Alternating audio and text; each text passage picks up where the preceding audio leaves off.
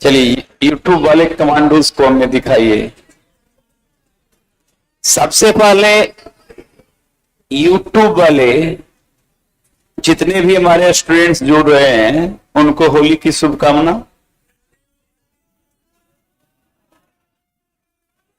और ऑफलाइन वाले को महाशुभकामनाएं।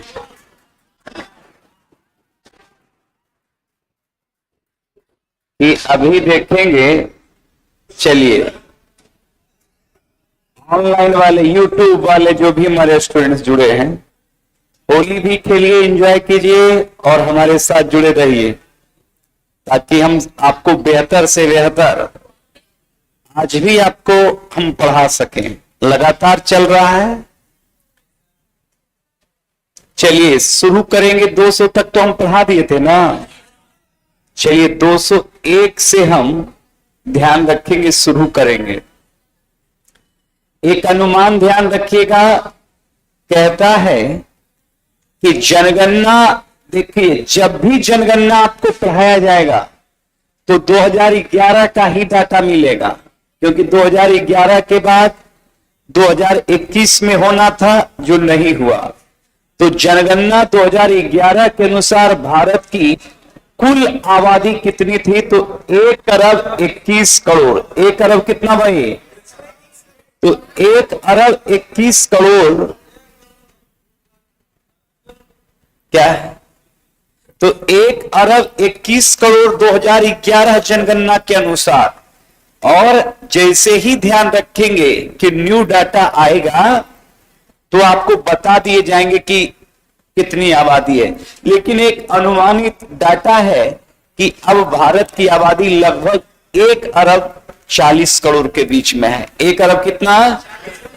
तो ये अनुमानित डाटा है, क्योंकि जनगणना अभी हुआ नहीं है। इस बात का ध्यान रखिएगा। चलिए, तो सबसे ज्यादा याद रखेंगे, मैंने कई बार बताया है, जनगणना 2011 के अनुसार सबसे अधिक आबादी की अगर बात करेंगे तो अधिक आबादी वाला कौन था? यूपी था। कौन भाई? यूपी। और सबसे कम की बात करेंगे तो सिक्किम था। और डेंसिटी सबसे ज्यादा कहां का था? तो जनघनत्व तो अगर आपसे पूछ दे तो याद रखेंगे, जनघनत्व तो आपसे पूछ दे तो वो सबसे ज्यादा जनघनत्व तो किसका था? बिहार। और सबसे कम किसका था?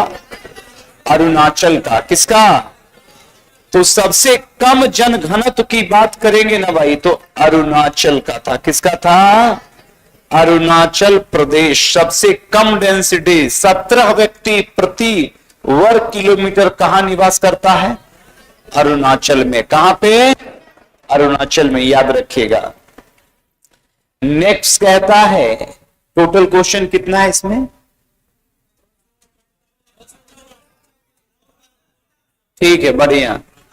कहता है प्यारे कि इनमें से, कहता है इसमें पुरुष एवं महिलाओं की जनसंख्या, गौर कीजिएगा, पुरुष और याद रखेंगे महिलाओं की जनसंख्या, तो समथिंग याद रखिए 62 करोड़ किसका है? पुरुष का।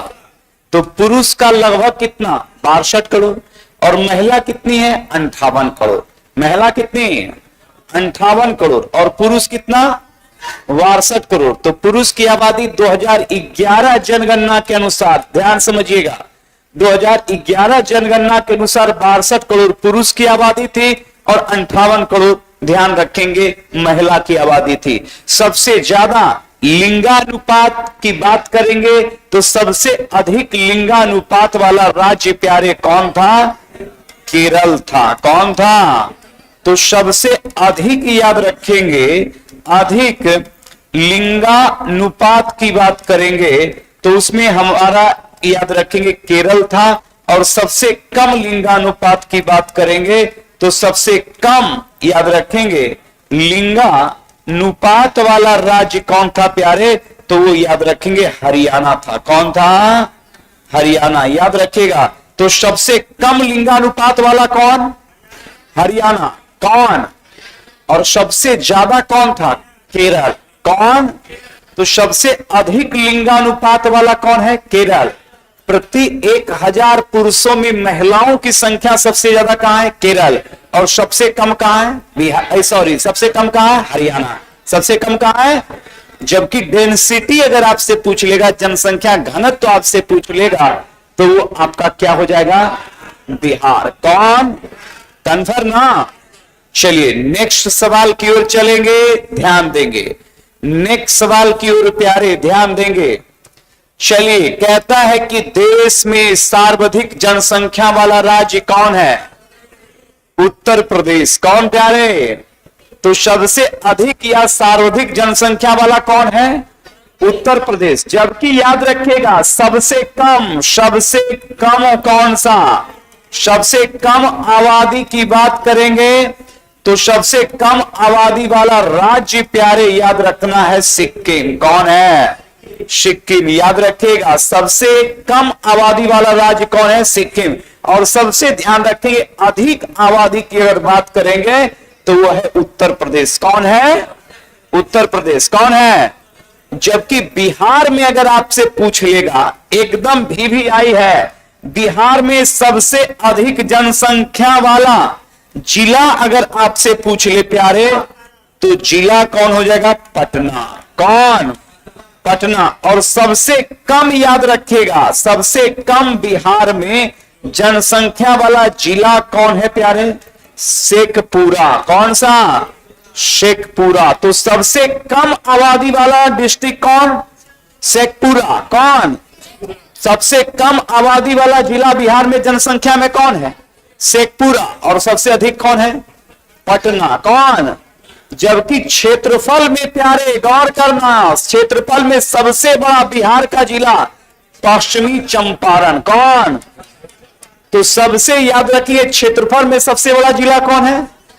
और सबसे क्षेत्रफल में छोटा की बात करेंगे तो वो है शिवहर। कौन प्यारे? तो क्षेत्रफल में सबसे छोटा की अगर बात करेंगे तो क्षेत्रफल में सबसे छोटा जिला शिवहर है, जबकि क्षेत्रफल में सबसे बड़ा पश्चिमी चंपारण है। जबकि ध्यान रखिएगा कि यहां पर पूछे जाएंगे कि आपके जनसंख्या में सबसे ज्यादा कौन है? पटना। जबकि सबसे कम जनसंख्या शेखपुरा का है। किसका है प्यारे? शेखपुरा का। क्लियर ना? चलिए नेक्स्ट सवाल की ओर चलेंगे। सत्यम पांडे का कमेंट भी हम देख रहे हैं। चलिए नेक्स्ट सवाल की ओर चलेंगे, क्या कहता है? और ये इसीलिए हम ये रिसर्च किए थे कि अगर मान लीजिए कि टीचर बहाली 50,000 आता है, 50,000 आता है, तो उसमें 5 लाख लोग अभ्यर्थी हैं, है ना? 5 लाख अगर है तो इसमें 50,000 बाकी 4.5 लाख का नहीं होगा। तो 4.5 लाख लोगों का इसलिए नहीं होता है क्योंकि इस रिसर्च के बाद हमें पता चला कि YouTube पर भी देखेंगे कि लोग होली बहुत सारे खेल रहे हैं और ऑफलाइन में भी लोग होली खेलने चले गए। तो ये बताइए कि पढ़ना शुरू से कहा गया है कि एक तपस्या है ना, इसको सबसे अच्छे कर्मों में से एक कर्म माना गया। तो याद रखेंगे, सब अच्छा कर्म करना लगेगा तो फिर मामला गड़बड़ा जाएगा, तो फिर स्वर्ग और नरक का फिर अंतर ही खत्म हो जाएगा। इसलिए कर अच्छा कर्म बहुत कम लोग करते हैं क्योंकि मेहनत करने में, अच्छे कर्म करने में परेशानी है। और याद रखिए, और ना कर्म करने में या दुष्कर्म करने में बहुत एकदम ठीक ठाक लगता है। तो उसका कारण है, और इस तो हम इस सब में तो करने में हम बिल्कुल कंटिन्यू रहते हैं कि भाई कि क्लास हमने कहा था कि चलेगा, और उसका परिणाम यही हम की बोले थे कि पतझड़ बना देंगे हम।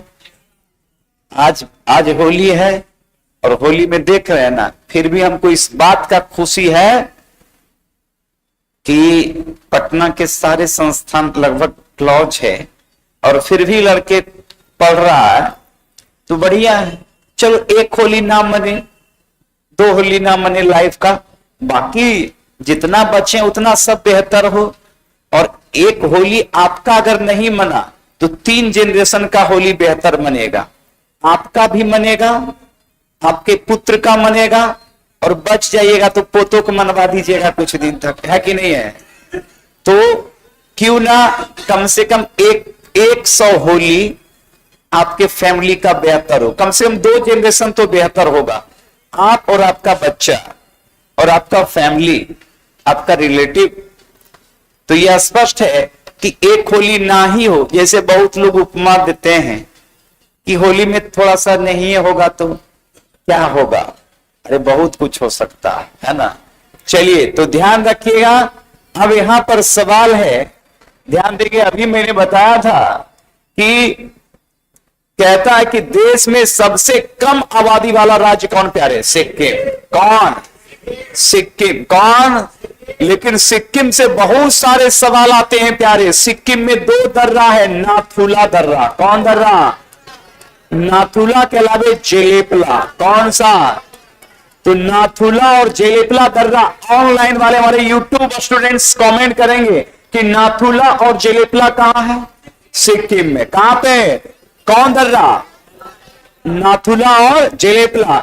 यहीं पर एक भारत की सबसे महत्वपूर्ण चोटी है कंचनजंगा। कौन?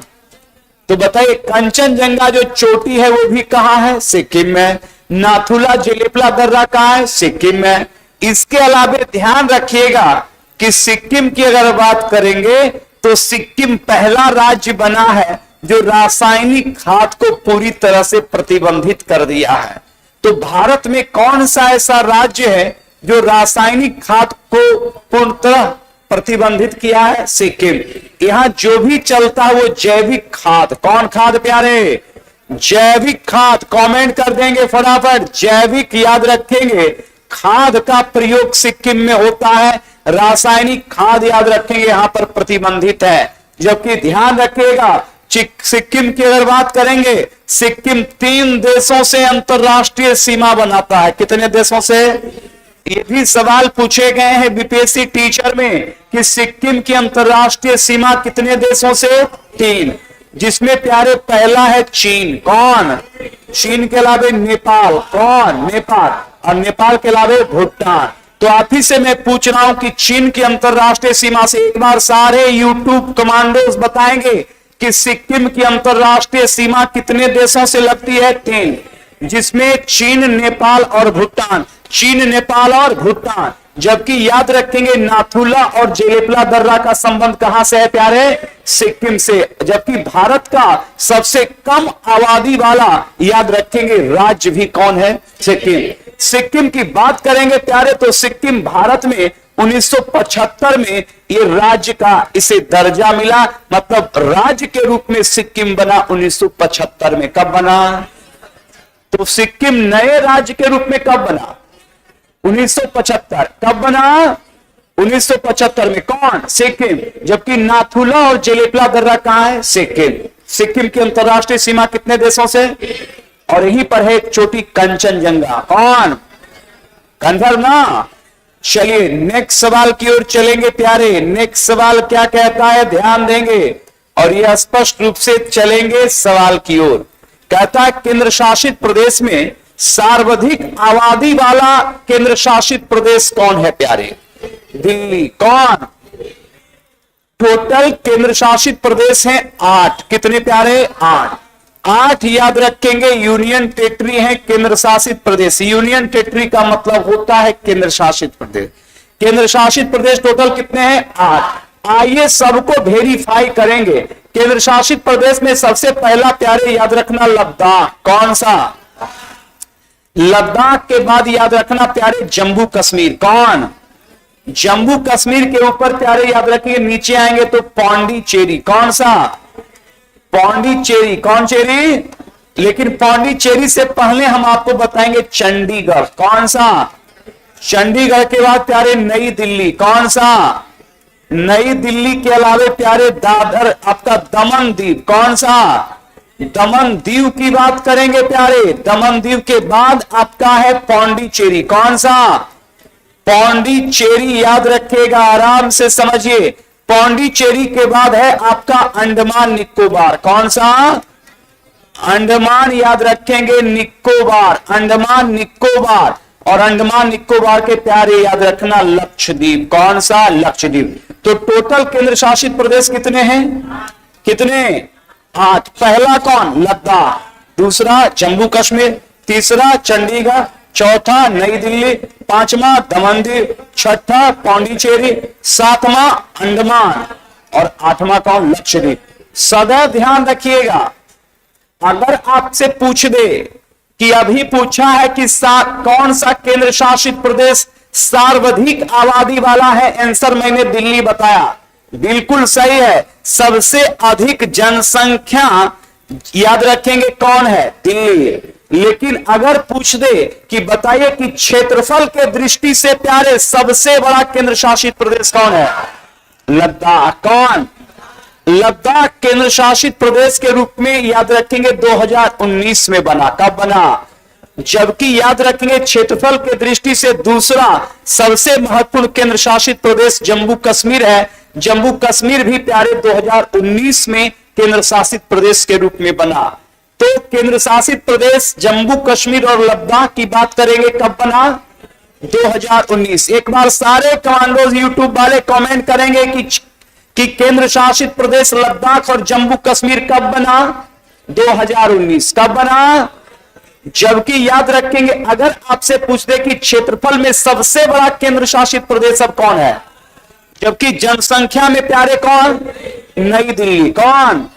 जबकि प्यारे याद रखना कि क्षेत्रफल के दृष्टिकोण से अगर बात करेंगे तो क्षेत्रफल के दृष्टिकोण से सबसे छोटा केंद्र शासित प्रदेश है लक्षद्वीप। कौन?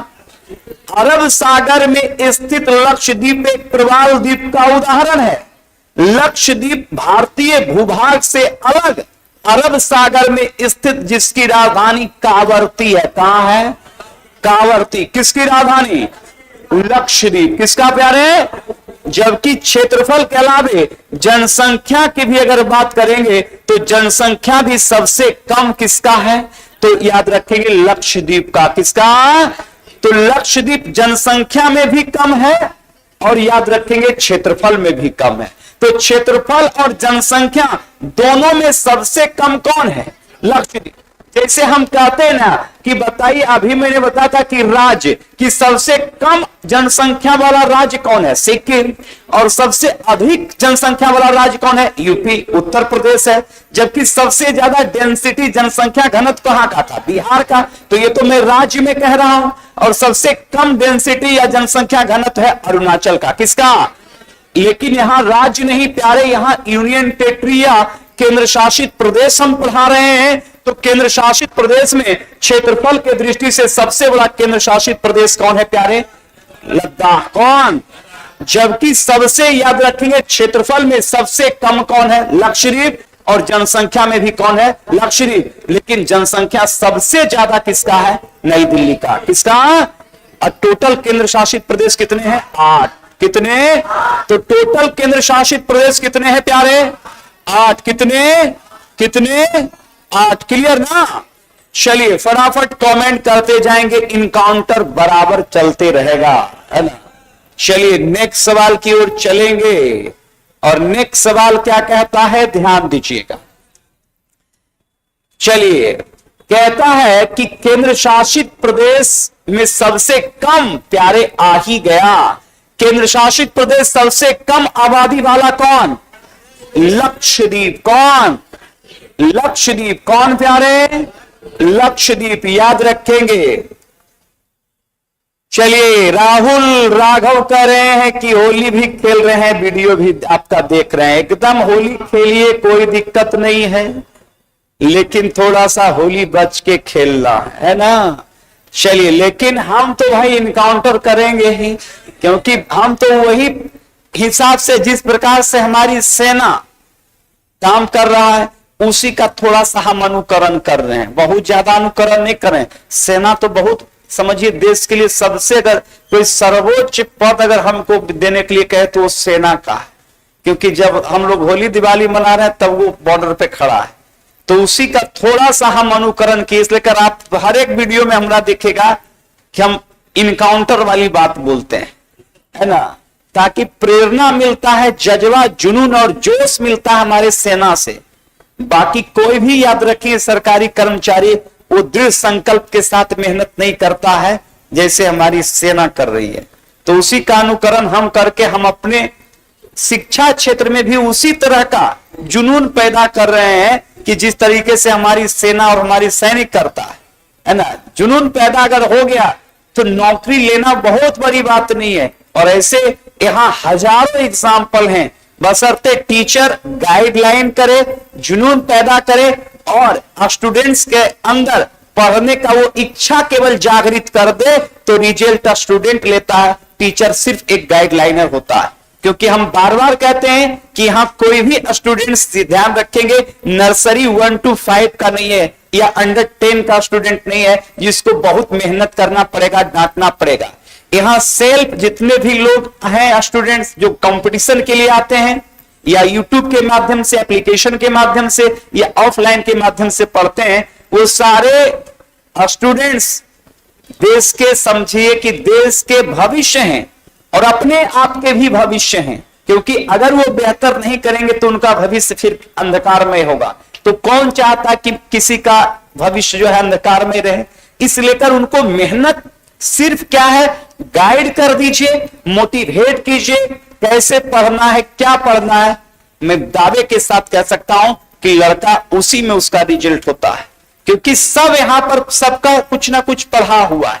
कोई ऐसा नहीं कि जनरल कंपटीशन में आएगा तो वो इंटर पास करके नहीं आता है, तो उतना तो वो पढ़ा हुआ है। सिर्फ टीचर को कि गाइड करे और बेहतर उसको रास्ता दिखा दे तो वो रिजल्ट ले लेगा। मैं ये आप कह देता हूं। तो ध्यान देंगे, कहता कि केंद्र शासित प्रदेश सबसे कम आबादी वाला राज्य कौन है प्यारे? लक्षद्वीप। अभी मैंने बताया था कि सबसे कम केंद्र शासित प्रदेश किसका है? लक्षद्वीप। लक्षद्वीप की बात करेंगे। अब पूछ देता है कि लक्षद्वीप किस सागर में स्थित है प्यारे? अरब सागर में। किस सागर में? अरब सागर में। कौन सा? लक्षद्वीप। कौन सा? अब लक्षद्वीप के संदर्भ में ध्यान दीजिएगा कि लक्षद्वीप देखिए यहां पर है, लक्षद्वीप यहां पर है। तो सबसे पहले लक्षद्वीप अगर आपसे पूछ दे कि किस सागर में है, तो अभी मैंने बताया कि ये अरब सागर में है। इसकी राजधानी कहां है प्यारे? कावरत्ती। कहां है? कावरत्ती। ये कैसे द्वीप का उदाहरण है? प्रवाल द्वीप। प्रवाल द्वीप का उदाहरण है। कौन प्यारे? कौन? लक्षद्वीप। जबकि याद रखेंगे लक्षद्वीप के ठीक नीचे हमारा एक पड़ोसी देश है जिसको हम मालदीव कहते हैं। क्या कहते हैं? मालदीव। और याद रखना प्यारे कि यहां पे पूछ देता है कभी कभी कि लक्षद्वीप और मालदीव के बीच जिसमें एक द्वीप है मिनी काय, तो मिनी काय और मालदीव जो है वो 8 डिग्री चैनल के द्वारा अलग होता है। कितने डिग्री चैनल द्वारा?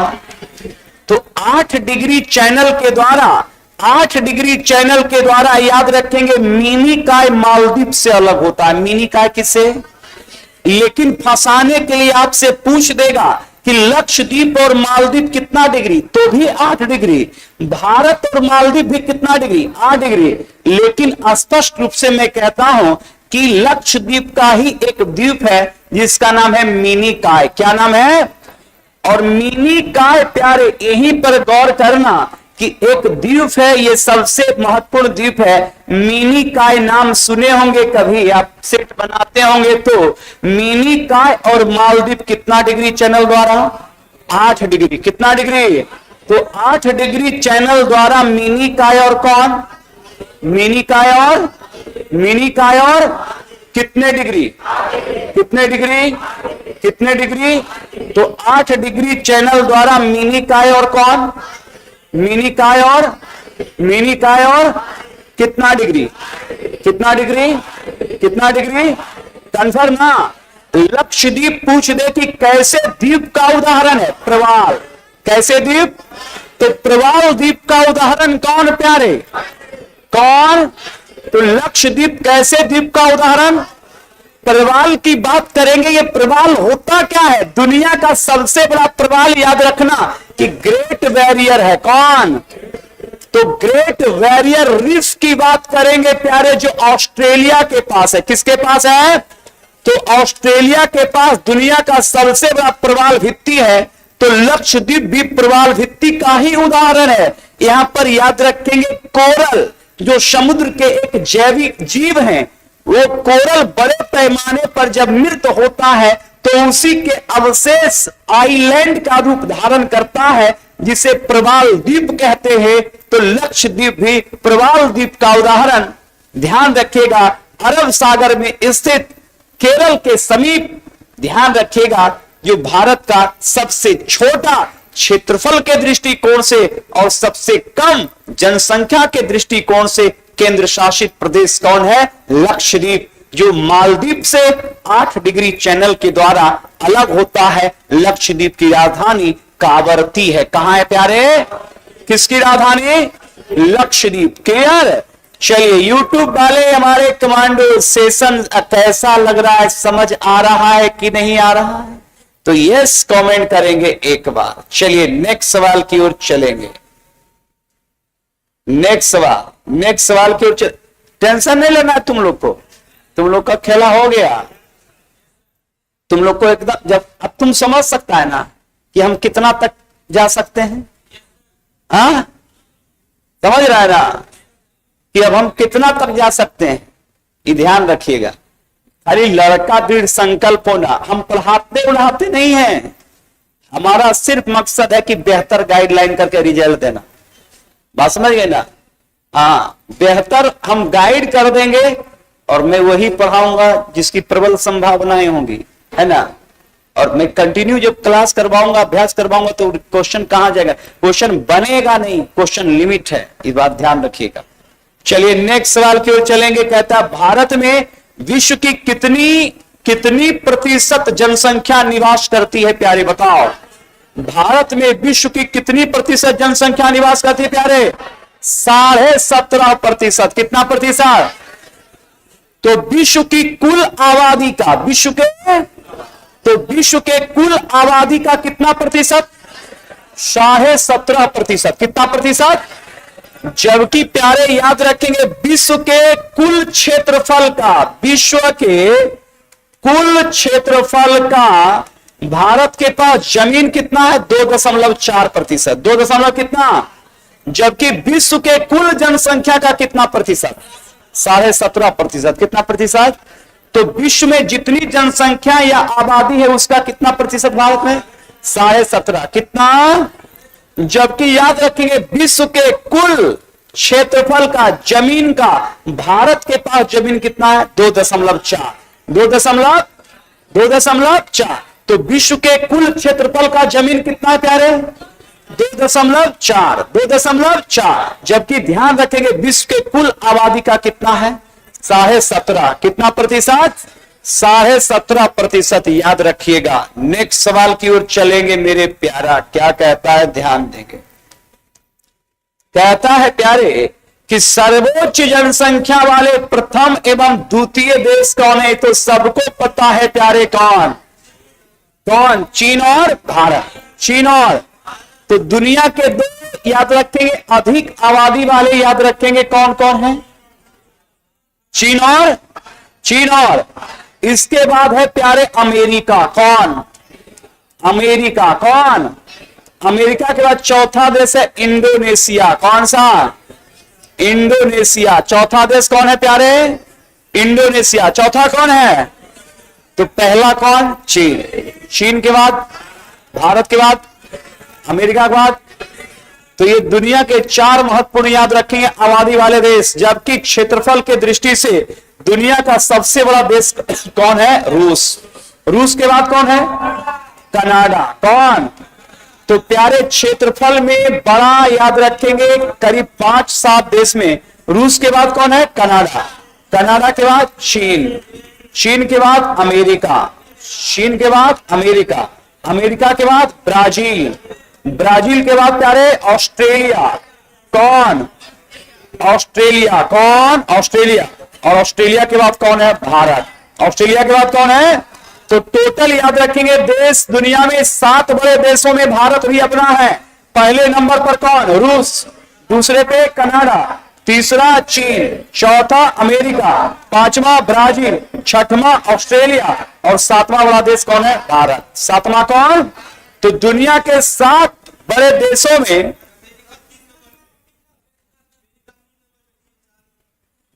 अच्छा ठीक है, चेक कर लेंगे, पहले आप इतना लिख लीजिए। रूस, कनाडा, रूस के बाद कनाडा, चीन, अमेरिका, ब्राजील, ऑस्ट्रेलिया और कौन प्यारे? भारत। तो दुनिया का 7वां सबसे बड़ा देश कौन है? भारत। कौन है? भारत। क्लियर ना? चलिए नेक्स्ट देखेंगे, इसको हम चेक कर लेंगे क्षेत्रफल में। चलिए नेक्स्ट सवाल की ओर चलेंगे, क्या कहता है ध्यान देंगे। 2011 के जनगणना के अनुसार भारत में प्रति वर्ग किलोमीटर कितने लोग रहते हैं? कितने? 382। एकदम भी आई है प्यारे, गौर करना। अगर पूछेगा कि भारत में प्रति वर्ग किलोमीटर कितना लोग रह रहे हैं? 300। जबकि सबसे ज्यादा डेंसिटी जनसंख्या घनत्व कहां रह रहा? बिहार। कहां? कितना लोग रह रहा? 1100। तो 1106 व्यक्ति प्रति वर्ग किलोमीटर कहां पे प्यारे? बिहार। तो बिहार में जनसंख्या घनत्व कितना है? 1106 व्यक्ति प्रति वर्ग किलोमीटर कहां रह रहा है? बिहार। जबकि पूरे भारत में कितना? 382। कितना? तो पूरे भारत में कितना? 382। जबकि सबसे कम कहां? अरुणाचल। सबसे कम कहां? अरुणाचल प्रदेश में प्यारे। अरुणाचल प्रदेश में कितना लोग रह रहा है? 17 व्यक्ति। कितना व्यक्ति? तो अरुणाचल में कितना? अरे अरुणाचल में कितना? तो 17 व्यक्ति प्रति वर्ग किलोमीटर के साथ सबसे कम जनसंख्या घनत्व वाला केंद्र शासित प्रदेश कौन? अरुणाचल। कौन? और सबसे ज्यादा कहां? बिहार। बिहार में कितना लोग? 1100। जबकि पूरे भारत में कितना व्यक्ति है? 300। कंफर्म ना? तो याद रखिएगा, भारत में प्रति वर्ग किलोमीटर जो डेंसिटी जनसंख्या घनत्व है 382। सबसे ज्यादा बिहार में 1106 लोग रह रहे हैं और सबसे कम अरुणाचल में। सबसे कम कहां? अरुणाचल में। क्लियर ना? चलिए नेक्स्ट सवाल की ओर प्यारे, क्या कहता है ध्यान देना है। नेक्स्ट सवाल क्या कहता है ध्यान देंगे। कहता है कि भारत की सर्वाधिक जनसंख्या घनत्व कहां प्यारे? एकदम फटाफट ऑनलाइन वाला एक बार सारे कमांडोज कमेंट करेंगे कि भारत में सर्वाधिक डेंसिटी व जनसंख्या घनत्व कहां का? बिहार। बिहार में कितना लोग? अभी बताए थे 1100 और यह है 2011 जनगणना के अनुसार सबसे अधिक जनसंख्या घनत्व वाला राज्य कौन है? बिहार। जहां प्रति वर्ग किलोमीटर 1106 लोग रह रहे हैं। 1100 कितना? 1100 कितना? 1106। याद रखिएगा। नेक्स्ट सवाल की ओर चलेंगे, क्या कहता है अभी ही बताएं यह भी सवाल कि भारत में सबसे कम जनसंख्या घनत्व वाला कौन प्यारे? अरुणाचल। कौन? यहां प्रति वर्ग किलोमीटर कितने लोग रह रहे हैं? 17। कितने? तो प्रति वर्ग किलोमीटर कितने लोग? 17। कहां पे? तो सबसे कम जनसंख्या घनत्व व डेंसिटी वाला कौन? अरुणाचल। और सबसे ज्यादा कौन प्यारे? बिहार। कौन? अभी बताते बिहार में कितना? 1100 कितना? 6। 1100। तो 1106 आदमी या व्यक्ति प्रति वर्ग किलोमीटर कहां निवास कर रहा है? बिहार में। और अरुणाचल में कितना? 17। अरुणाचल में कितना? 17। एकदम ध्यान देते जाना है। नेक्स्ट सवाल की ओर प्यारे, क्या कहता है ये लीजिए। बिहार से आ गया है, बिहार एग्जाम को लेकर बिहार से। बिहार का सबसे कम जनघनत्व वाला जिला कौन प्यारे? कैमूर। कौन? तो सबसे कम जनघनत्व वाला जिला कौन बिहार में? कैमूर। कौन? कैमूर। कौन? और सबसे ज्यादा बताइए, सबसे ज्यादा डेंसिटी में पूछ रहा हूं। पटना है। कौन? पटना। याद रखिएगा। और सबसे कम कौन है? कैमूर।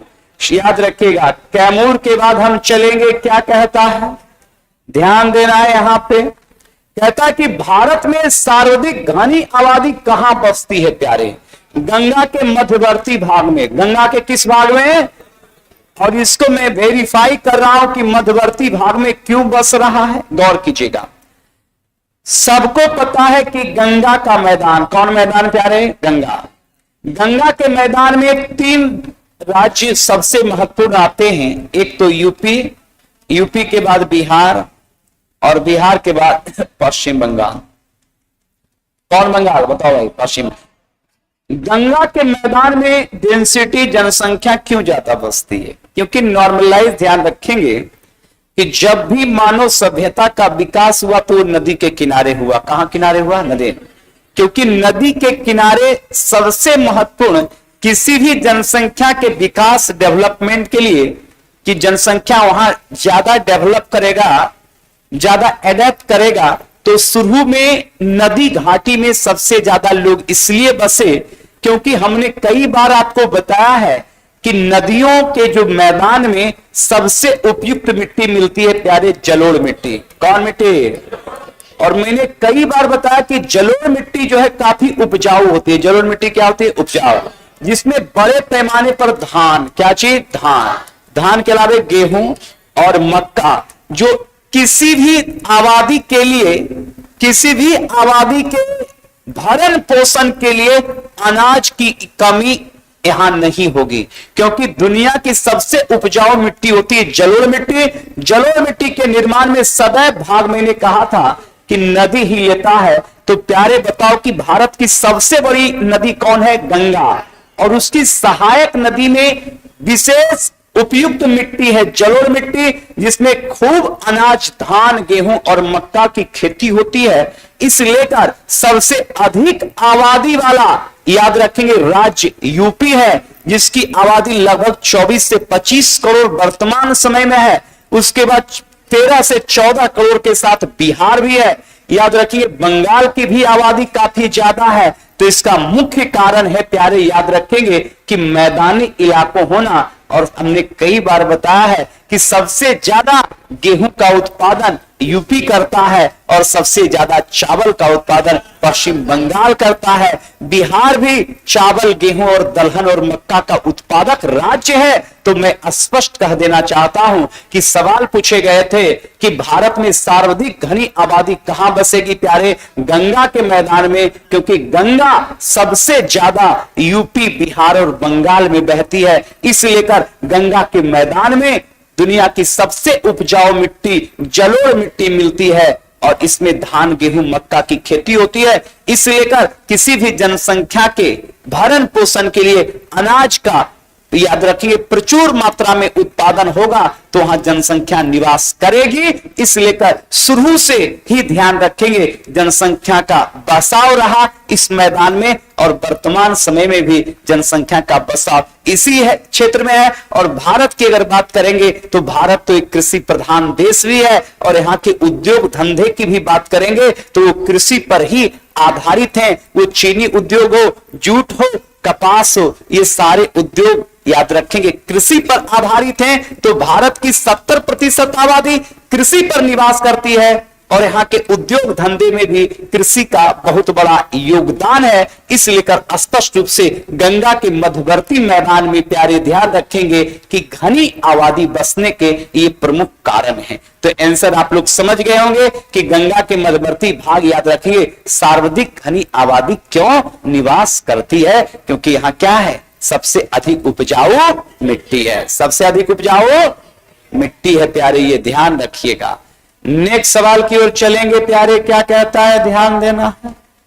कहता है कि भारत देश की लिंगानुपात, बहुत अच्छा सवाल है, बार बार एग्जाम में पूछता है। सबसे अधिक लिंगानुपात कहां का? तो है प्यारे केरल। लेकिन पूरे भारत का एक मान लिया गया कि 1000 पुरुष में, 1000 पुरुष में प्यारे याद रखिएगा कि टोटल महिला भारत में कितनी है? 943। कितनी है? तो टोटल 1000 पुरुष में महिला की आबादी कितनी है? 943। तो ये लिंगानुपात। लेकिन मैंने क्या कहा था? सबसे अधिक लिंगानुपात अगर पूछ दे तो कहां का है? केरल। और सबसे कम कहां का? हरियाणा। सबसे कम कहां का? हरियाणा। और सबसे ज्यादा केरल, सबसे ज्यादा केरल और सबसे कम हरियाणा, सबसे ज्यादा केरल। टोटल पुरुष 1000 पुरुष में टोटल भारत में महिलाएं कितनी हैं? 943। 943। ये कौन जनगणना? 2011। तो 2011 जनगणना के अनुसार प्रति 1000 पुरुषों में भारत में टोटल महिलाएं कितनी हैं? 943। ये ध्यान रखेंगे तो स्पष्ट रूप से आंसर आपका 943 है। चलिए नेक्स्ट सवाल की ओर चलेंगे। क्या कहता है प्यारे? अभी तो मैं बताया हूं। कहता है कि सर्वाधिक लिंगानुपात वाला राज्य एवं सबसे कम लिंगानुपात वाला राज्य कौन है? तो प्यारे सबसे अधिक लिंगानुपात वाला कौन है? केरल। कौन? तो सबसे अधिक लिंगानुपात वाला कौन? केरल। कौन? और सबसे कम कौन? सबसे कम कौन? हरियाणा। और सबसे ज्यादा कौन? केरल। क्लियर ना? याद रखिएगा। नेक्स्ट सवाल देखेंगे क्या कहता है। कहता है कि भारत में साक्षरता दर टोटल कितना है? 74.4%। 74 कितना? देखो भारत का साक्षरता जो दर है वो टोटल कितना है? 74.4। 74.4। लेकिन पूछ रहे कि भारत में सबसे ज्यादा साक्षर कौन है? केरल। कौन? और केरल के बाद कौन है प्यारे? मिजोरम। कौन है? मिजोरम। तो केरल के बाद कौन है? मिजोरम। केरल के बाद कौन है? जबकि सबसे कम की बात करेंगे साक्षरता कहां का है? बिहार। कहां? तो साक्षरता दर तो मैंने कई बार बताया कि सबसे कम बिहार का है, सबसे ज्यादा केरल का है, लेकिन केरल के बाद दूसरे नंबर पर मिजोरम है। जबकि साक्षरता दर की बात करेंगे टोटल 74.4%। 74 कितना? 4। ये पूरे भारत का क्या है? साक्षरता दर। तो साक्षरता दर फटाफट बताएंगे कितना? 74.4। क्लियर? नेक्स्ट सवाल कहता है प्यारे कि भारत में पुरुष एवं महिलाओं की साक्षरता दर क्या है? बहुत अच्छा सवाल बताया है। पुरुष साक्षरता दर कितना है? लगभग 82.14। 82 कितना? 14। और महिलाएं की साक्षरता दर कितना है? 65.46। 65.46। और टोटल कितना था? 74। कितना? 74.4। 74.4। टोटल 74.4। लेकिन पुरुष साक्षरता दर कितना है? 82.14। 82.14। जबकि महिला 65.46। 65.46। कहीं पर आपको डाइवर्ट करने के लिए डायरेक्ट 82 देगा तो इस बात का ध्यान रखेगा, कहीं पर 65 भी देगा इस बात का ध्यान रखेगा। तो पुरुष का साक्षरता दर कितना? 82 कितना? 14। और महिला का 65.46। 65.46। चलिए बहुत अच्छा कमेंट भी आ रहा है लोगों का।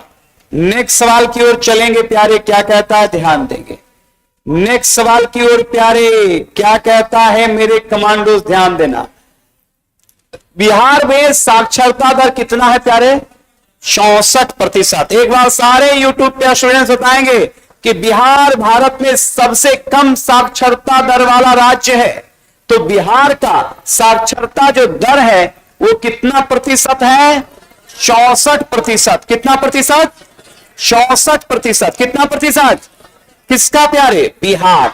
तो बिहार का साक्षरता दर कितना प्रतिशत है? 64%। कितना प्रतिशत? 64। याद रखिएगा। अब लीजिए जिला से। कहता है कि बिहार में सर्वाधिक सबसे कम साक्षरता दर वाला जिला कौन है? मतलब कहता है सबसे साक्षर जिला कौन है? रोहतास। सबसे साक्षर जिला कौन है? रोहतास। रोहतास वाले कमांडोज कमेंट करेंगे सबसे बिहार में सबसे साक्षर जिला कौन है? रोहतास। और सबसे कम कौन है प्यारे? पूर्णिया। बिहार में सबसे कम साक्षर जिला कौन? 2011 जनगणना के हिसाब से बिहार में सबसे साक्षर जिला कौन? रोहतास। सबसे साक्षर जिला रोहतास। सबसे साक्षर जिला। और सबसे कम? सबसे कम और सबसे ज्यादा कौन? रोहतास। क्लियर? चलिए बहुत अच्छा। ये तो स्टैटिक्स टाइप का है, सीधा याद रखिएगा। सबसे साक्षर जिला कौन? रोहतास। सबसे साक्षर जिला रोहतास। सबसे साक्षर जिला रोहतास। सबसे कम पूर्णिया। सबसे कम सबसे ज्यादा रोहतास। एकदम याद रख लेना है। नेक्स्ट सवाल की ओर प्यारे क्या कहता है, ध्यान देना। विश्व का सबसे बड़ा महादेश कौन प्यारे? एशिया। कौन? पूरा एशिया क्लियर करेंगे। एशिया कंटिनेंट विश्व का सबसे बड़ा महादेश, एक बार सारे ऑनलाइन कमांडोज बताएंगे। कौन? एशिया। कौन? कंफर्म। आइए एशिया में आपको बताएं क्या क्या है। सबसे पहले प्यारे, एशिया में ही दुनिया की सबसे ऊंची चोटी माउंट एवरेस्ट जो नेपाल में है, कहां है? एशिया में ही प्यारे दुनिया का सबसे बड़ा पठार है तिब्बत का पठार। कौन पठार? जो पठार चीन में है, कहां है? तो दुनिया का सबसे बड़ा पठार कौन? कौन पठार? किस देश में? और दुनिया की सबसे ऊंची चोटी कौन? Mount Everest. कहां पड़ता है? नेपाल। जबकि मेरे प्यारे गौर करना, यहीं पर एशिया में ही एक मरुस्थल है, अक्सर आता है गोबी मरुस्थल। कौन मरुस्थल? गोबी मरुस्थल याद रखिएगा, चीन और कौन? मंगोलिया। चीन और, तो चीन और मंगोलिया की सीमा पर कौन मरुस्थल है? गोबी। कौन? गोबी मरुस्थल किन दो देश की सीमा पर? चीन और, जबकि याद रखेंगे चाइना में ही एक मरुस्थल है ताकला माकन। कौन? ताकला माकन मरुस्थल किस देश में प्यारे? चीन। किस देश में? चीन। किस देश में? चीन। कौन? ताकला माकन। जबकि एशिया में ही याद रखिएगा कि एशिया की सबसे लंबी नदी अगर आपसे पूछ दे कभी, तो याद रखेंगे यांगस्टी नदी, जो प्यारे याद रखेंगे चीन में बहती है। कहां बहती है? चीन में। तो एशिया महादेश की सबसे लंबी नदी यांगस्टी। क्या नाम है? यांगस्टी। क्या नाम है? यांगस्टी। कहां बहती है? चीन। कहां बहती है? चीन। कौन सी नदी? यांगस्टी। ताकला माकन मरुस्थल कहां है? चाइना। कहां? चाइना। गोबी मरुस्थल चीन और कहां? मंगोलिया। चीन और मंगोलिया। अब बताइए तिब्बत का पठार कहां है? चाइना में। कहां पे? लेकिन महादेश पूछेगा तो क्या कहेंगे? एशिया। क्या? तो क्षेत्रफल में याद रखेंगे सबसे बड़ा महादेश भी एशिया है। जनसंख्या में भी सबसे बड़ा महादेश कौन है प्यारे? एशिया। एकदम ध्यान रखना है। चलिए, हैप्पी दिवाली नहीं है, हैप्पी होली है प्यारे। चलो नेक्स्ट सवाल की ओर चलेगा। विश्व की सर्वाधिक आबादी कहां निवास करती है प्यारे? एशिया। क्यों निवास करती है एशिया में? क्योंकि एशिया में दुनिया के 3 से नहीं 5 बड़े आबादी वाले देश, गौर करेंगे, एशिया में 5 बड़े आबादी वाले देश में प्यारे पहले नंबर पर चीन, चीन के बाद भारत, भारत के बाद Indonesia, Indonesia, Indonesia, Indonesia, Indonesia के अलावा प्यारे याद रखिए पाकिस्तान। कौन सा? तो याद रखेंगे इंडोनेशिया के बाद कौन? पाकिस्तान। और पाकिस्तान के बाद प्यारे जापान। ये 5 याद रखेंगे दुनिया के क्रमशः बड़े आबादी वाले देश एशिया में निवास करता है। तो एशिया में चीन, भारत, इंडोनेशिया, पाकिस्तान, जापान, ये 5 अधिक आबादी वाले प्यारे क्या हैं? देश हैं, जिसमें दुनिया का सर्वाधिक आबादी चाइना के बाद दूसरे नंबर पर फिलहाल भारत है। तो ये दोनों अधिक आबादी वाले देश कहां हैं? एशिया। कहां पे? एशिया। कहां पे? एशिया। याद रखिएगा। नेक्स्ट सवाल की ओर प्यारे क्या कहता है, ध्यान देना। नेक्स्ट सवाल कहता है कि एशिया महादेश का विस्तार पृथ्वी के किस स्थल का भाग का कितना है? तो एशिया महादेश का विस्तार पृथ्वी के स्थल का कितना भाग है प्यारे? लगभग 30%। कितना प्रतिशत?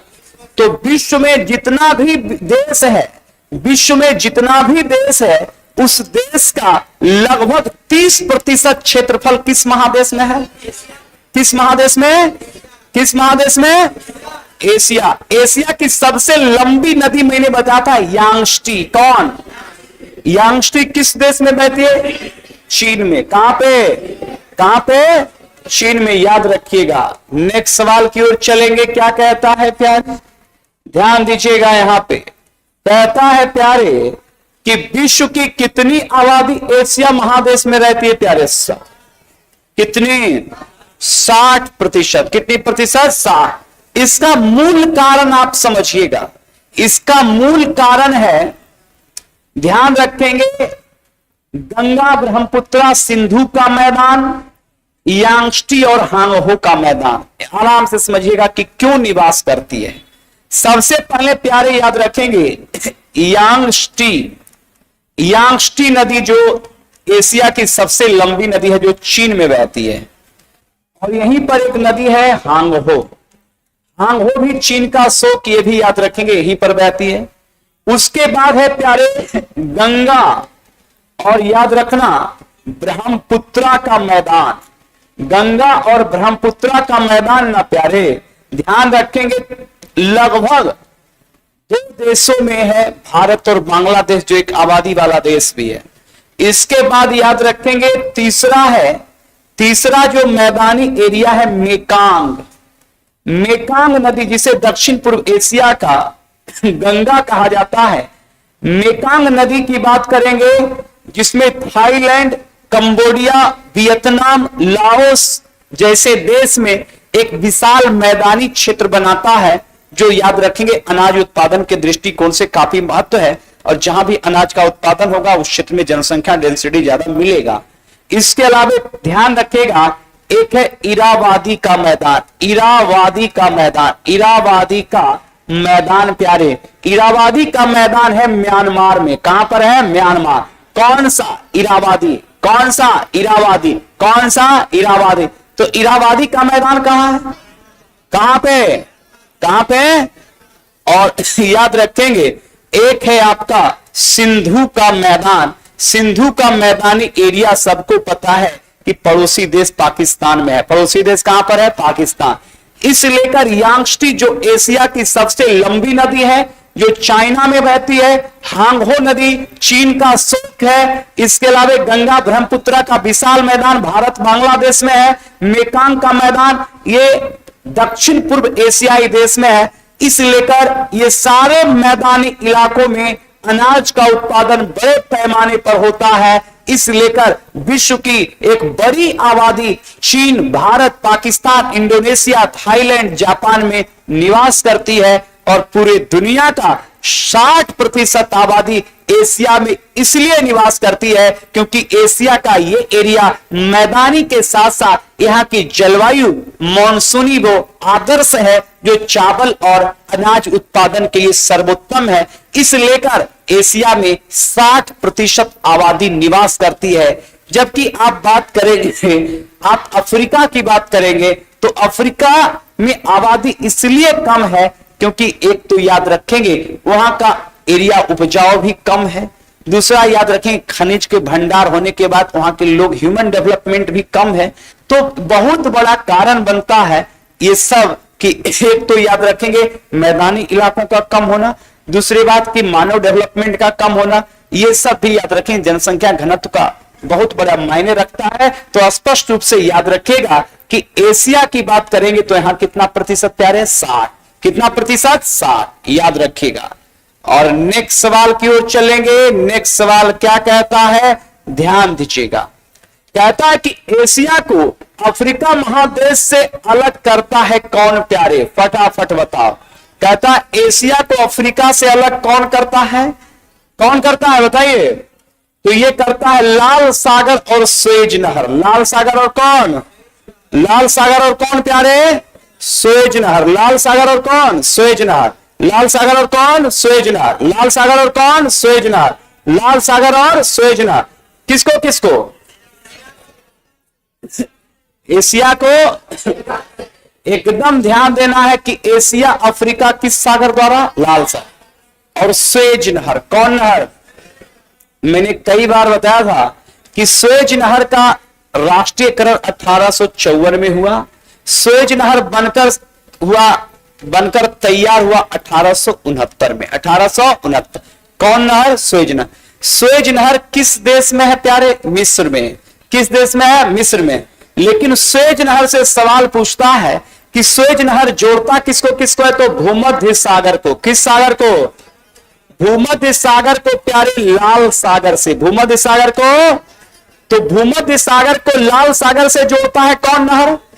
सुएज नहर। कौन नहर? तो सुएज नहर किसको किसको प्यारे?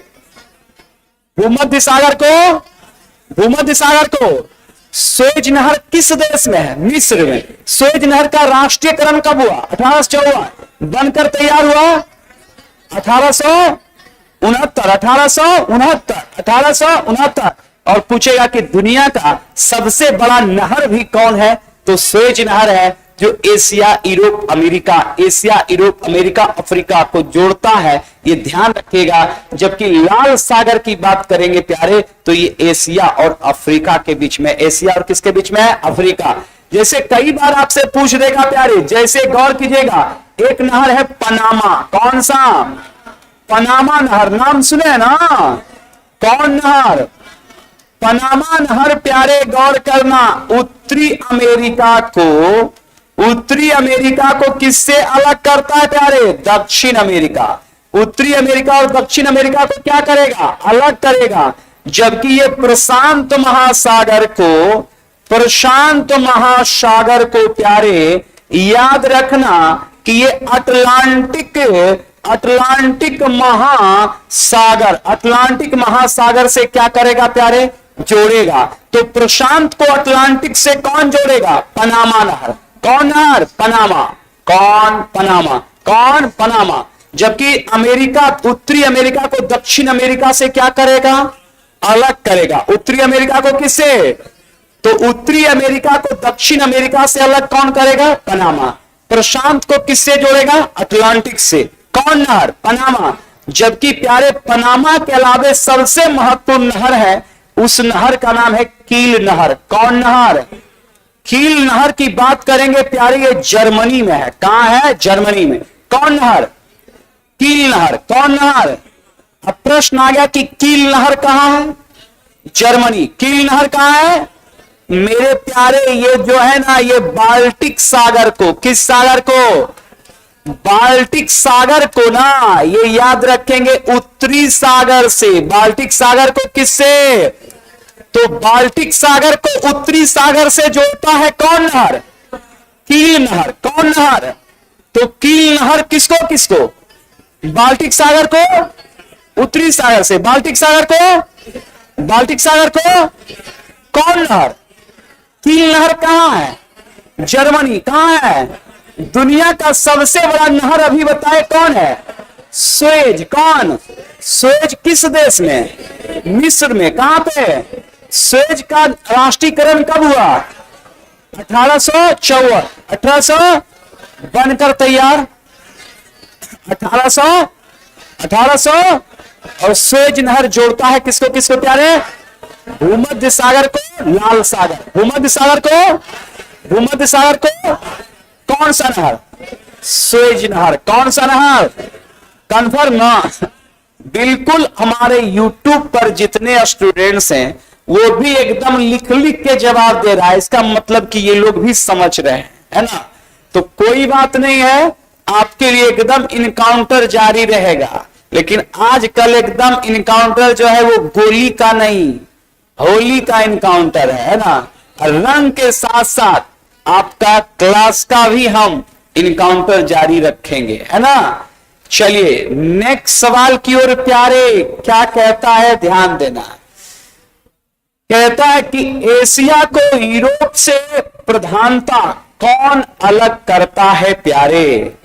एकदम VVI सवाल मेरे कमांडोज याद रखना। एशिया और यूरोप के प्रधानता को कौन अलग करता है प्यारे? यूराल। कौन पर्वत? यूराल पर्वत। पहले तो यूराल पर्वत रूस में है। कहां पड़ता है? रूस में। कौन पर्वत? यूराल पर्वत। कौन पर्वत? तो बताओ प्यारे, एशिया और यूरोप को अलग कौन कर रहा है? यूराल पर्वत है किस देश में? रूस में। कहां पे? लेकिन वही पढ़ाएंगे जो आने की प्रबल संभावना होगी।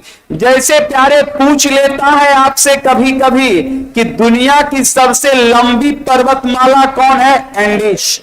एंडीज पर्वतमाला की बात करेंगे ना प्यारे, तो ये ध्यान रखना कि ये आपका दक्षिण अमेरिका में है। कहां पर है? दक्षिण अमेरिका में। कौन पर्वतमाला? एंडीज। एंडीज के अलावे प्यारे रॉकी पर्वत। कौन पर्वत? रॉकी पर्वतमाला की बात करेंगे प्यारे, तो ये उत्तरी अमेरिका में है। कहां पर है प्यारे? तो उत्तरी अमेरिका में कौन है? रॉकी। कौन सा? रॉकी। जबकि प्यारे आल्पस की बात करेंगे ना, तो आल्पस जो पर्वत है वो प्यारे याद रखेंगे यूरोप में पड़ता है। कहां पड़ता है? यूरोप में। कौन? आल्पस।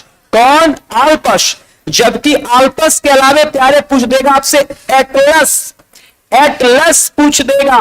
एटलस पर्वत प्यारे गौर करना, ये अफ्रीकी देश मोरक्को में पड़ता है। कौन प्यारे?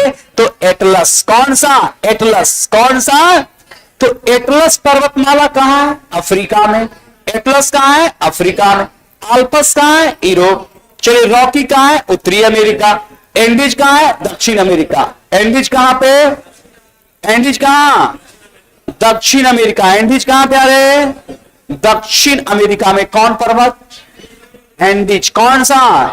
कौन सा? एंडीज के अलावे कभी कभी आपसे पूछ लेगा, जैसे पूछ लेगा कि किलिमंजारो। किलिमंजारो ये अफ्रीका की सबसे ऊंची चोटी। अफ्रीका की क्या है? सबसे ऊंची चोटी, जो अफ्रीकी देश तंजानिया में है। अफ्रीकी देश कहां है? तंजानिया। कौन सा? किलिमंजारो। कौन सा? तो बताइए किलिमंजारो अफ्रीकी देश कहां है प्यारे? तंजानिया। अफ्रीकी देश कहां? अफ्रीकी देश। जबकि प्यारे गौर करना कि उत्तरी अमेरिका की सबसे ऊंची चोटी का नाम है माउंट मैकिनले। क्या नाम है? तो याद रखना कि माउंट मैकिनले। माउंट मैकिनले प्यारे, माउंट मैकिनले उत्तरी अमेरिका का। कहां का? उत्तरी अमेरिका की सबसे ऊंची चोटी पूछ दे तो कौन? Mount McKinley. जबकि अफ्रीका महादेश की सबसे ऊंची चोटी किलिमंजारो जो तंजानिया में है। इसके अलावे प्यारे अगर आपसे पूछ दे कि दक्षिण अमेरिका की सबसे ऊंची चोटी है माउंट एकांकागुआ। क्या नाम है? माउंट प्यारे, माउंट एकांकागुआ, जो चिली और अर्जेंटीना की सीमा पर है, जो दक्षिण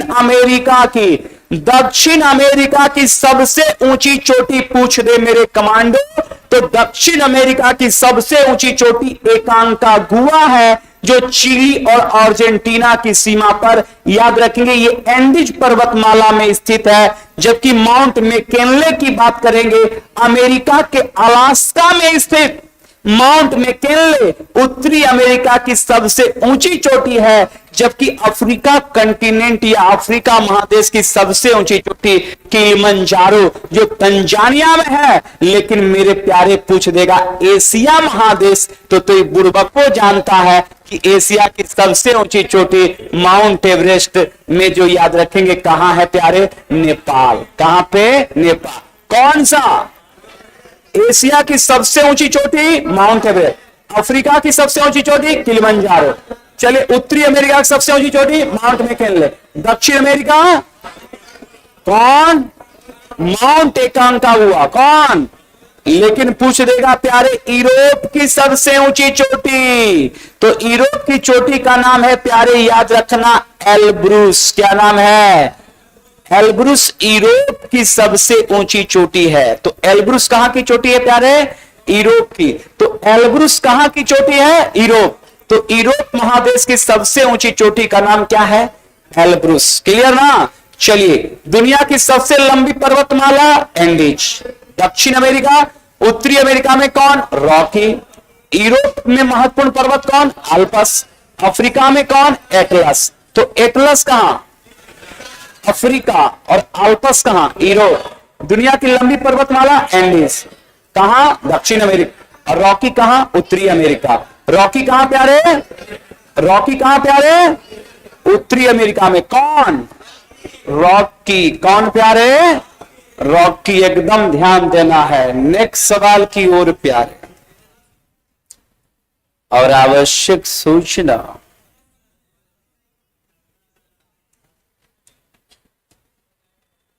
बात समझ गए ना। हम तो इनकाउंटर स्पेशलिस्ट है ना। हमको बोला कि नहर पर आ रहे थे, बोला काटो दे देंगे। हम बोले देखो क्लास के लिए जा रहे हैं, देना है तो दे दो लेकिन फिर भी पढ़ाएंगे। हाँ तो बोला छोड़ दो। हम बोले तुम कादो भी दे देगा तो हम कपड़ा चेंज नहीं करेंगे। हाँ इनकाउंटर में जब गोली लग गया फिर भी गोली चलेगा। आज होली है तो हम क्यों मना करेंगे? देना है दो भाई, रंग देना दो, कीचड़ देना है दो, हमें स्वीकार है। क्योंकि ये रोज रोज आता नहीं है। हाँ हमने कहा दे दीजिए, हमें स्वीकार है, लेकिन हम अपने कर्म क्षेत्र की ओर बढ़ रहे हैं। लेकिन आपकी खुशी है तो दे दीजिए। उसी लायक दिख रहे हैं, उसी कलर में हम कपड़ा भी पहन लिए, बोले दीजिए। हाँ लेकिन हम पढ़ाएंगे। जिस प्रकार से हमारे सैनिक, हमारे सेना को बॉर्डर पे गोली भी लग जाता है, लेकिन दृढ़ संकल्प रहता है कि दुश्मन को इनकाउंटर करना है, तो वो गोली लगने के बाद भी गोली चला रहा है बड़े मजे में। बाद में इनकाउंटर बंद होगा तो उसका इलाज होगा। तो होली तो समझिए कि साल भर का बहुत है ना, बहुत खुशी वाला फेस्टिवल है, तो इसमें कोई दिक्कत नहीं है। तो जो लोग मना रहे हैं और वो सोचते हैं कि जो है कि हम बोले दे दो कोई दिक्कत नहीं है ना, लेकिन फिर भी इनकाउंटर चलेगा, है ना।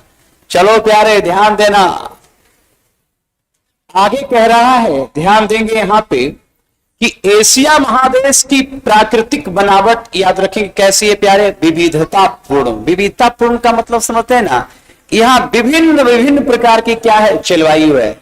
कहीं मरुस्थल है, कहीं पर मानसूनी वर्षा होती है, कहीं पर पहाड़ है, कहीं पैठार है, कहीं मैदान है, कहीं। और उसका उदाहरण तो हमारा देश भारत ही प्यारे, गौर करना, आइए समझिए।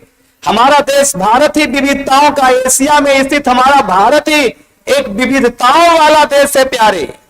इस लेकर एशिया तो है ही, हमारा देश भारत भी विविधताओं वाला देश है प्यारे। गौर करो कैसे, अगर यहां पर अभी तुम चल जाओ तो एकदम -10 डिग्री टेम्परेचर मिलेगा। हमारे ही देश लद्दाख में चले जाइए, -10 डिग्री टेम्परेचर होगा, अभी भी कंबल से वहां ठंडा नहीं जाएगा। कहां पे? अभी जब हमारे देश के अधिकतर भाग में होली लोग खेल रहे हैं तो वहां पर -10-15 डिग्री टेम्परेचर है लद्दाख में, मतलब भीषण ठंडा है प्यारे।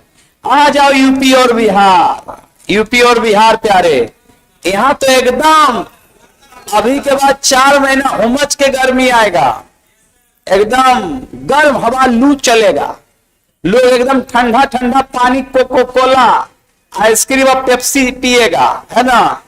लेकिन 4 महीना इस मैदान में ठंडा भी पड़ता है, 4 महीना गर्मी भी पड़ता है, 4 महीना बरसात भी होता है। तो बताए विविधता है कि नहीं है ना। लेकिन प्यारे आ जाओ केरल, कहां? केरल, तमिलनाडु, केरल और कहां? सालों भर गर्मी, सालों भर, तो सालों भर गर्मी कहां? केरल और तमिलनाडु में है कि नहीं? यहां कभी ठंडा उंडा पड़ता नहीं है। इस लेकर याद रखेंगे, हमारे ही देश में जहां सालों भर गर्मी और वर्षा होते रहता है, केरल और तमिलनाडु में, हमारे ही देश में बिहार, यूपी, पंजाब, हरियाणा, दिल्ली में 4 महीना भीषण गर्मी, 4 महीना भीषण ठंडा, 4 महीना बरसात। लेकिन हमारे ही क्षेत्र चले जाइए, जम्मू कश्मीर, लद्दाख, उत्तराखंड और हिमाचल, याद रखेंगे लगभग बर्फबारी और याद रखेंगे ठंडा और सुहावना मौसम रहता है। तो हमारे ही देश में विविधता है कि नहीं है बताइए। तो बताइए, जब भारत एशिया महादेश में है और एक देश में जब ऐसी विविधताएं, ऐसी जलवायु और ऐसी मौसम है, ऐसे प्राकृतिक बनावट है, रंग और स्वरूप में अलग है। जम्मू कश्मीर, हिमाचल प्रदेश के लोग बहुत थोड़े खूबसूरत होते हैं, बिहार का लोग भी ठीक ठाक होता है, यूपी का नहीं ठीक है तो फेनल लवली लगा के ठीक हो जाता है, लेकिन ठीक होता है, पूरा क्रीम लगा के ठीक हो जाता है। लेकिन बगल में केरल, तमिलनाडु लोग चले जाइए तो लोग काले मिलते हैं। तो बताइए, ये प्राकृतिक बनावट के लिए प्रकृति का विविधता जिम्मेदार है कि नहीं है? तो ये प्रकृति की बनावट के लिए याद रखेंगे, प्रकृति की विविधता जिम्मेदार है, क्योंकि जहां सालों भर गर्मी पड़ेगा वहां के लोग काले मिलेंगे। जहां 4 महीना ठंडा, 4 महीना गर्मी, 4 महीना बरसात, तो वहां गर्मी में तनी लोग साफ हो जाता है, गर्मी में गर्मी वाला क्रीम लगाता है, फेयर एंड लवली, और ठंडा में ठंडा वाला क्रीम लगाता है, पॉन्ड्स है ना, बिको टर्मरिक है ना। जबकि प्यारे जम्मू कश्मीर और हिमाचल के लोग तो ऐसे ही गोरे होते हैं। तो ये सारी प्राकृतिक विविधता के कारण होते हैं। किसके कारण होते हैं? प्राकृतिक विविधता के कारण मेरे कमांडो। नेक्स्ट सवाल की ओर चलेंगे प्यारे। क्या कहता है कि हिमालय पहाड़ की श्रृंखला कहां तक फैली है? एशिया। एकदम प्यारे, पूरा एकदम बताएंगे। एशिया में कौन पहाड़? हिमालय। आइए समझिए आराम से। हिमालय के संदर्भ में देख प्यारे ऐसे समझो, हिमालय कितने देश में है फैला? गौर करना। हिमालय पहले तो पाकिस्तान तक ये जाता है, पाकिस्तान के अलावा ये चीन में भी है, चीन के अलावा भारत में है प्यारे, भारत के अलावा नेपाल में प्यारे, नेपाल के अलावा भूटान में प्यारे, भूटान के अलावा प्यारे म्यांमार, क्योंकि म्यांमार में जो हिमालय का भाग है उसको अराकान योमा कहते हैं। क्या कहते हैं? Arakan Yoma. तो बताइए, पाकिस्तान, चीन, भारत, पाकिस्तान, चीन, भारत, नेपाल, भूटान, म्यांमार, ये सारे एशिया महादेश के भाग हैं कि नहीं है? मतलब एशिया महादेश के देश हैं कि नहीं? और यहीं पर फैला है दुनिया की सबसे ऊंची पर्वतमाला प्यारे। कौन? तो हिमालय। कौन? तो हिमालय पर्वत श्रृंखला जो दुनिया की सबसे ऊंची पर्वतमाला है, पाकिस्तान, चीन, भारत, नेपाल, भूटान, म्यांमार, पाकिस्तान, चीन, भारत, नेपाल, भूटान, म्यांमार, इतने देशों में फैला है दुनिया की सबसे लंबी पर्वतमाला। कौन प्यारे? कौन? हिमालय। कौन? कौन? कंफर्म? क्लियर ना? और हिमालय की सबसे ऊंची चोटी कौन प्यारे? Mount Everest. और माउंट एवरेस्ट कहां प्यारे? नेपाल। लेकिन नेपाल में माउंट एवरेस्ट ही नहीं, मैंने कई बताया था, नेपाल में ना प्यारे माउंट एवरेस्ट तो है ही है, माउंट एवरेस्ट के अलावा सबसे महत्वपूर्ण यहां है मकालू। कौन? मकालू पर्वत कहां है? नेपाल। यहीं पर है धौलागिरी। कौन? धौलागिरी पर्वत कहां है? नेपाल। यहीं पर प्यारे अन्नपूर्णा। कौन? तो अन्नपूर्णा पर्वत कहां? नेपाल। यहीं पर प्यारे गौरी शंकर। कौन? गौरी शंकर। कौन? तो ये सारे पर्वत शिखर कहां है? नेपाल। तो नेपाल में माउंट एवरेस्ट। कौन? मकालू। कौन? धौलागिरी, अन्नपूर्णा, गौरी शंकर। किस देश में? किस देश में? किस देश में? जबकि प्यारे भारत में सबसे पहला, याद रखिएगा, भारत में हिमालय की सबसे महत्वपूर्ण पर्वत है नंगा पर्वत। कौन पर्वत? नंगा पर्वत प्यारे लद्दाख। कहां पे? प्रश्न आ गया कि नंगा पर्वत कहां? फिर प्यारे पूछ दे तुमसे नंदा देवी। कौन? नंदा देवी उत्तराखंड। कहां प्यारे? तो नंदा देवी कहां? उत्तराखंड। नंदा देवी, नंदा देवी, नंदा देवी उत्तराखंड में ही प्यारे कामेट। कौन? कामेट भी कहां प्यारे? उत्तराखंड। कामेट कहां? कामेट कहां? और हिमालय में सबसे महत्वपूर्ण चोटी कंचनजंगा। कौन प्यारे? कंचनजंगा कहां प्यारे? कहां? सिक्किम। कहां? जबकि प्यारे कभी कभी पूछेगा नामचा बरवा। कौन? नामचा बरवा तिब्बत और अरुणाचल। तिब्बत और, तो तिब्बत और अरुणाचल की सीमा पर कौन? नामचा बरवा। कौन? तो तिब्बत और अरुणाचल की सीमा पर कौन? नामचा बरवा। कौन? जबकि कंचनजंगा कहां? सिक्किम। कंचनजंगा, कंचनजंगा सिक्किम। जबकि प्यारे नंगा पर्वत कहां? लद्दाख। चलिए, नंदा देवी उत्तराखंड। कामेट कहां? तो कामेट कहां? कन्फर्म ना? हिमालय का विस्तार पाकिस्तान। कहां? चीन, भारत, नेपाल, भूटान, म्यांमार। क्लियर ना? कन्फर्म? दिमाग में कुछ कुछ बैठ रहा होगा। यूट्यूब कमांडोज हाई अलर्ट पर रहेगा। होली भी मनाते जाइए और इधर भी क्लास देखते रहना है ना, ताकि आपको कोई दिक्कत ना हो। हिमालय की सबसे ऊंची चोटी कौन प्यारे? माउंट एवरेस्ट 8,848 जो नेपाल में है। नेपाल में इसे सागर माथा भी कहते हैं, सागर माथा के नाम से भी जानते हैं प्यारे। किसको? माउंट एवरेस्ट को। तो माउंट एवरेस्ट को नेपाल में क्या कहते हैं? सागर माथा। क्या कहते हैं? सागर माथा। किसको प्यारे? किसको? Mount Everest. किसको? तो माउंट एवरेस्ट को नेपाल में क्या कहते हैं? सागर माथा। क्या कहते हैं? कहां प्यारे? कहां? कन्फर्म? जबकि अभी मैंने बताया था कि नेपाल में माउंट एवरेस्ट के अलावे मैंने कहा था मकालू। कौन? और धौलागिरी। कौन? तो धौलागिरी और मकालू का संबंध भी कहां से है? नेपाल से। कहां से? कन्फर्म ना? और हिमालय प्यारे एक वलित पर्वत का उदाहरण है। कैसे पर्वत? कभी कभी पूछता है कि हिमालय कैसा पर्वत है प्यारे? वलित पर्वत। कैसे? वलित एवं नवीनतम पर्वत का उदाहरण कौन है? हिमालय। कौन? हिमालय याद रखिए, दो प्लेट के आपसी दबाव के कारण वल या वलन के द्वारा जो बना। जहां पर हिमालय है वहां पर पूर्व में थेटिस सागर था, और थेटिस सागर पर ही इंडियन प्लेट के विशेष दबाव और यूरेशियन के दबाव के कारण हिमालय की उत्पत्ति हुई। किसकी उत्पत्ति हुई? इस लेकर हिमालय वलित एवं नवीनतम पर्वत। वलित एवं वलित एवं वलित एवं वलित एवं कन्फर्म ना? घर द्वार है ना? हाँ, देख रहा है ना?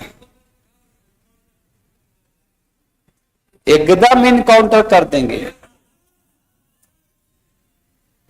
बात हम बोले ना कि हम यूट्यूब नहीं आता है ना, खाली बेंच को हम पढ़ाएंगे।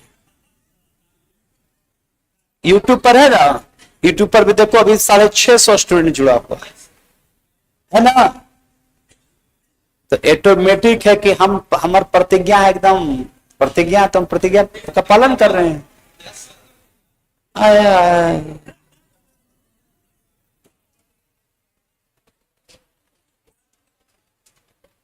नेक्स्ट सवाल की ओर प्यारे ध्यान देंगे। चलो नेक्स्ट सवाल की ओर चलेंगे। कहता है प्यारे कि हिमालय कैसी पर्वत है प्यारे? नवीनतम पर्वत। जबकि दुनिया का प्राचीन पहाड़ी की बात करेंगे, कौन है? अरावली। प्राचीन पहाड़ी की अगर बात करेंगे प्यारी, या प्राचीनतम पहाड़ी की बात करेंगे, तो वो है अरावली, जो याद रखेंगे राजस्थान में। कहां प्यारे? राजस्थान। चोटी का नाम क्या है? गुरु शिखर। अरावली की चोटी का नाम क्या है? गुरु शिखर। क्या है? गुरु शिखर। तो दुनिया की प्राचीन पहाड़ी कौन है? अरावली। कौन है प्यारे? तो दुनिया की प्राचीन पहाड़ी कौन है? अरावली। अरावली की चोटी का नाम गुरु शिखर, जो कहां पड़ता है? राजस्थान। जबकि नवीनतम पर्वत का उदाहरण कौन है? हिमालय। कौन प्यारे? ऐसी मान्यता है कि हिमालय अभी भी बढ़ रहा है, जिससे वो थोड़ा थोड़ा नया नया निकल रहा है, इस लेकर हिमालय। और दूसरी बात है कि अरावली से करोड़ों साल बाद बनी है हिमालय, इस लेकर हिमालय नवीनतम पर्वत है और उसमें बल लग रहा है। इंडियन प्लेट यूरेशियन पर दबाव दिया, जिससे थेटिस सागर के अवसाद या मलबे दबकर ऊपर उठ गए, जिस कारण हिमालय को वलित पर्वत का उदाहरण मानते हैं, क्योंकि वो बल से बना है। जबकि ये नवीनतम पर्वत का उदाहरण इसलिए है क्योंकि दुनिया की प्राचीन पहाड़ी अरावली से करोड़ों साल बाद बनी है। कौन? हिमालय। तो हिमालय नवीनतम पर्वत का उदाहरण है और अरावली प्राचीन। अरावली क्या? तो दुनिया का प्राचीनतम पहाड़ी कौन है? अरावली। और दुनिया का नवीनतम कौन है? हिमालय। हिमालय वलित पर्वत का उदाहरण है। कैसे पर्वत का? वलित क्योंकि बल से बना। लेकिन कभी सुने हैं ना कि ये जो आरावली अवशिष्ट पर्वत का उदाहरण है, इसका संधि विच्छेद आपको समझना पड़ेगा। अवशिष्ट, अवशेष के रूप में जो बचा हो, तो ये करोड़ों साल से है।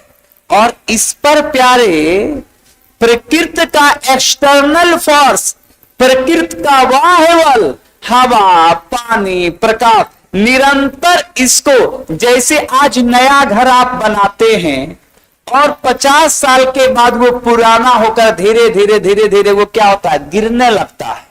तो बताइए उस पर कोई ना कोई ताकत तो काम कर रहा है जो कि उस बिल्डिंग को गिरा दिया, और 100 साल के बाद वो बिल्डिंग स्वतः गिर जाता है और देखेगा कि अवशेष के रूप में, खंडहर के रूप में बचता है।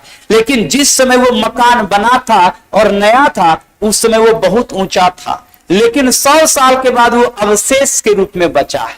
1000 साल के बाद वो अवशेष भी नहीं बचेगा। वही बात आरावली के साथ हुआ। आरावली हिमालय से ज्यादा ऊंचा था, लेकिन आरावली हिमालय से करोड़ों साल पुराना है, इस लेकर उसका अवशेष अब जो बचा है, उसी के कारण उसे दुनिया का प्राचीन वो अवशिष्ट पर्वत का उदाहरण कहते हैं प्यारे। हो सकता है आज के करोड़ों साल बाद आरावली वो भी ना बचे, क्योंकि जो भी अवशेष है वो धीरे धीरे समाप्त हो जाएगा। और ऐसी पृथ्वी के भू आकृति और प्राकृतिक स्वरूप और भौतिक स्वरूप के बदलाव के लिए प्रकृति खुद जिम्मेदार है, क्योंकि प्रकृति जैसा चाहता है वैसा होता है। क्योंकि जहां हिमालय था वहां 33 सागर थे, अभी वहां हिमालय है। प्रकृति चाहेगा तो जहां हिमालय है वहां फिर सागर आएगा। और ऐसी घटना ही भौतिक स्वरूप और वैगनर के महाद्वीपीय विस्थापन सिद्धांत के कॉन्सेप्ट, वो सिद्धांत है प्यारे। इस लेकर पृथ्वी के भौतिक स्वरूप में बदलाव होते रहेगा। जैसे मेरे ये भौतिक स्वरूप को देख रहे हैं, आज इतना आवाज निकल रहा है, लेकिन आज के 50 साल के बाद ये भौतिक स्वरूप नष्ट हो जाएंगे। जैसे 50 साल बाद 50 साल पहले मैं नहीं था इस धरती पे, और आज के 50 साल बाद भी मैं इस धरती पे नहीं रहूंगा, तो मेरे इस भौतिक स्वरूप कहां जाएगा? या 50 साल पहले कहां था? तो 50 साल पहले ये मेरे भौतिक स्वरूप के शरीर इस धरती पर नहीं थे, और आज के 50 से 100 साल बाद भी नहीं रहेंगे। तो ऐसे ही स्वरूप में बदलाव धरती पर आते रहता है, और यही है प्रकृति का। याद रखेंगे, प्रकृति का बदलाव। और अगर आपने प्रकृति के साथ छेड़छाड़ किया तो प्रकृति आपसे बदला लेता है, और बदला लेता है कोरोना जैसे वायरस भेजकर, है ना, कि एक वायरस भेजेंगे सारा का सारा सिस्टम में आ जाओगे। इस लेकर प्रकृति के साथ अगर छेड़छाड़ आपने किया तो प्रकृति आपसे बदला लेगा। क्लियर? एकदम मेरे कमांडोज इनकाउंटर एकदम फुल्ली जारी रहेगा, एकदम ध्यान रखिए। और आज के सेशन का लास्ट सवाल है ना,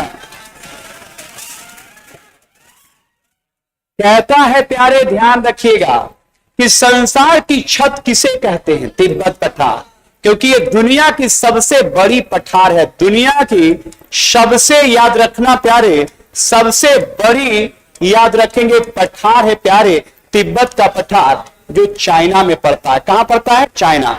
इसी पठार पर याद रखना प्यारे कैलाश पर्वत। कौन पर्वत? कैलाश। कैलाश पर्वत भी कहां है प्यारे? चीन।